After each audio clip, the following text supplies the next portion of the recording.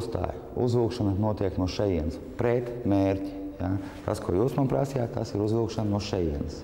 Ja? Tad mēs izvelkam ieroci no ārā, ja? Nav problēmas, un mēs ceļam augšā. Ja? Bet kas notiek atkal? Ja? Tad ceļot augšā, šo ieroci no tūcības. Ja? Tehnikas. Ja? Es uzvilku. Ja? Atkal ir šī situācija, kad mūs var nobloķēt. Ja? Šajā variantā, teiksim, tad, kad, pieņemsim, ir grupu noziedznieku un katrs zina, teiksim, jā, ko mēs darām, tad es velku pat arī, teiksim, ir tādas situācijas, kad, ja tas notiek uz ielas vai, teiksim, kaut kādā pat civilais, jau, teiksim, šeit, ja, es eju un man pēkšņi parādās mērķis, ka man ir jāšauj. Šeit uzvelkot, ja, automāts cilvēks sagriežās un jums nosit roku nost. Ja. Tad šajā gadījumā, teiksim, tad, kad, paldies. Tad, kad mēs taisam šo kustību, ja, es varu kontrolēt, es varu paiet atpakaļ, ja, es varu paiet sānis. Ja viņš gribēs, teiksim, nobloķēt manu roku šajā gadījumā, ja, tad, kad es esmu izdots, ja, man ir iespēja šajā gadījumā, ja, es esmu šeit, ja, lejā. Ja. Ir vairākas iespējas, kā mums pretdarboties, ja, pret šo. Bet tā filozofija jau ir tāda. Citi man prasa, kā labāk strādāt, ar lodi stobrā vai pārvalkot. Ja? Vēl viens jautājums.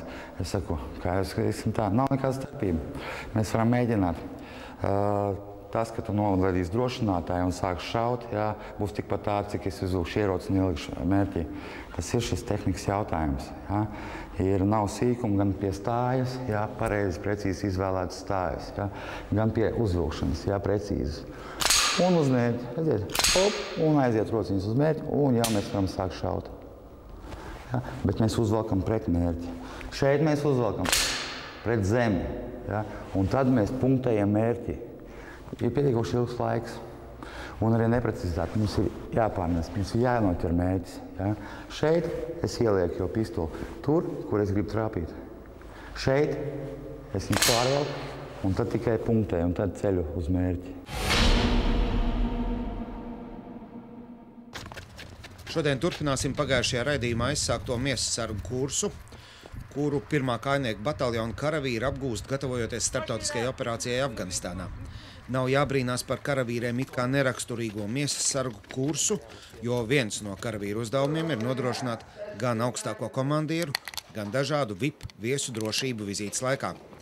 Karavīru standarta bruņojumā ietilpst gan pistoli, gan triecienu šauteni. Atkarībā no situācijas jāprot pāriet no viena ieroča uz otru. Šajā raidījumā esam situācijā, kad mūsu karavīri veic miesasargu funkcijas bruņotā formācijā. Tas ir komandas veidošanas, komandas saliedētības princips, jā.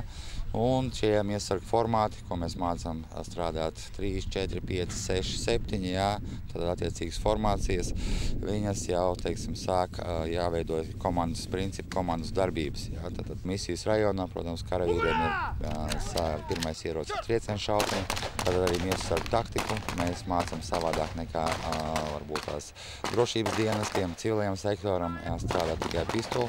Šeit mēs mācām strādāt ar izmantojot garos stobrus, ja, un tad arī armijas tehnika. Jūs redzat, nav ne luksus Mercedesi, ja, ne džipi, ja, ir tā tehnika, kurā viņi strādās un kurā viņi pildīs savu misijas uzdevumus. Šīs ir tas noslēguma posms, kad miesasargu formāti evakuē personu, jā, no uzbrukuma, teiksim, vai no bīstamās zonas, vai no ir noticis incidents,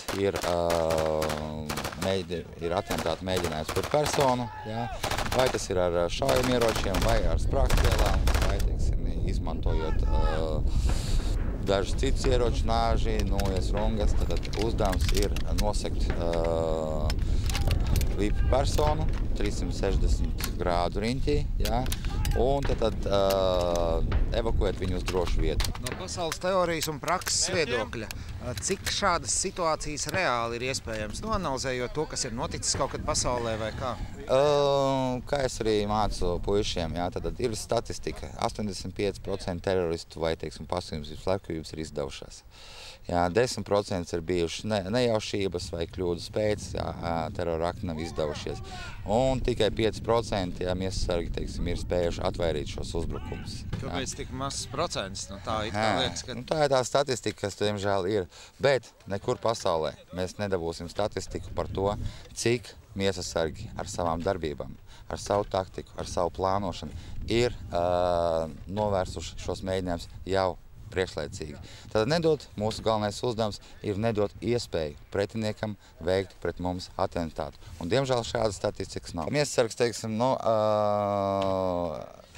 tas ir dzīvesveids. To nevar tā, ja tu ej mājās, tev tik un tā jādomā kā miesasargam. Tu visu laiku domā kā miesasargam. Viena no pamatfunkcijām ir novērošana. Tad tu vēro visu, kas notiek apkārt 24 stundas diennaktī, lai atkal veidotos šis dinamiskais stereotips un ieraudzītu briesmas, pirms viņas ir sākušās. Ja, ja tu to nenovēros, ja tu nestrādāsi preventīvi, ja, tu nespēsi ieraudzīt briesmas. Miesasargu niknākais ienaidnieks ir 3 lietas – rutīna, pašpārliecinātība un virspusēji pieeja saviem darba pienākumiem. Ja mēs runājam par karavīriem un par to, ka viņi ir gatavi šobrīd misijām, kā jūs vērtējat, vai viņi ir gatavi un ar ko atšķiras karavīrs varbūt no tiem cilvēkiem, ar kuriem jūs vairāk strādājat? Viņi ir profesionāļi savas lietas, viņiem vieglāk strādāt, jo viņi ir fiziski sagatavotāki. Mēs varam iet lieliem soļiem uz daudz sarežģītākiem uzdevumiem. Ja? Tātad mēs novērtējam to līmeni, kurā viņš šobrīd ir, un mēs veidojam, modulējam situācijas tādas, ja, lai viņiem, teiksim, tas nebūtu vienmuļi, bet tieši pretēji mēs vēl vairāk palielinām viņa, teiksim, šo gan fizisko, gan taktisko, gan profesionālo līmeni strādājot dažādās situācijās. Man ir ar ko salīdzināt, jo pie mums brauc uz aģentūru arī Vācu armiju mācīties. Kāpēc pie jums?